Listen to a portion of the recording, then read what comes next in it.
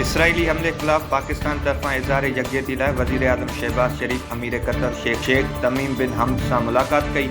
वज़ीर आज़म शहबाज शरीफ पारां दोहा ते इसराइली हमले जी सख्त मज़म्मत कई वई। शहबाज शरीफ पारां कतरी क़यादत ऐं अवाम सां इज़हार यकजहती। शहबाज शरीफ मूजिब हमलो कतर जी ख़ुद मुख्तारी ख़िलाफ़ हो। उम्मत मुस्लिमा खे इत्तेहाद जी ज़रूरत आहे। बावल नगर के चक लालिका में ॿोॾ मुतासिरनि जी ॿेड़ी कल्टी थी पई। ॿेड़ी में सवार 20 माण्हुनि खे महफ़ूज़ तरीक़े सां बचायो वियो। 2 माण्हू नाहिन मिली सघिया। जलालपुर जे पीरवाला में बि ॿेड़ी कल्टी थियण जो वाक़ियो पेश आयो। 19 माण्हुनि खे फौरी तौर बचायो वियो जॾहिं त 5 ॿुॾी विया। 4 जो पतो नाहे पइजी सघियो। गुज़िरियल राति दारापुर में गुम थियल नींगरी जो लाश मिली वियो।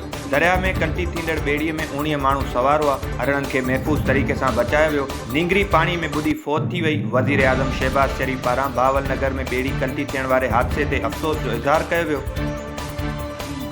एशिया कप लाइ पाक भारत मैच खे रोकराइण लाइ दरख़्वास्त ते भारतीय सुप्रीम कोर्ट ॿुधणी खां इनकार कंदे चयो त पाक भारत मैच ई त आहे, थियणु घुरिजे। क्रिकेट मैच में हंगामी नोयत वारो को बि मामिलो नाहे। आचर जे ॾींहं ते पाक भारत मैच थियणु घुरिजे। IMF वफ़्द 25 सितंबर खां पाकिस्तान जो दौरो कंदो। ज़रियनि मूजिब IMF सां पहिरें मरहले में टेक्निकल ऐं ॿिए मरहले में पॉलिसियुनि ते ॻाल्हियूं थींदियूं। वज़ारत तवानाई, वज़ारत ख़ज़ाना, स्टेट बैंक, ओगरा समेत ॿियनि वज़ारतुनि सां ॻाल्हियूं थींदियूं। कराची में सिंध जे वॾे वज़ीर सैयद मुराद अली शाह मीडिया सां ॻाल्हाईंदे चयो त काल्ह खां बरसाती ॾेदड़ ॿाहिरि निकिरी आया आहिनि। उन्हनि खे चवां थो त अक़ुल खां कमु वठनि, इस्लाह जे लाइ तनक़ीद कयो, लासानियत वारी तनक़ीद खां पासो कयो। 3 ॾींहंनि वारी बरसाति में इंतिज़ामिया मुतहरिक ऐं रोडनि ते कमु करे रही हुई। 19 अगस्त ते थियण वारी बरसाति जी अॻकथी न कई वई हुई। सादी टाउन ऐं सादी गार्डन मां पाणी नेकाल करण लाइ नाला ठाहिया विया आहिनि। PTI अॻवाननि खे अटियाला जेल में इमरान ख़ान सां मुलाक़ात जी इजाज़त न मिली सघी।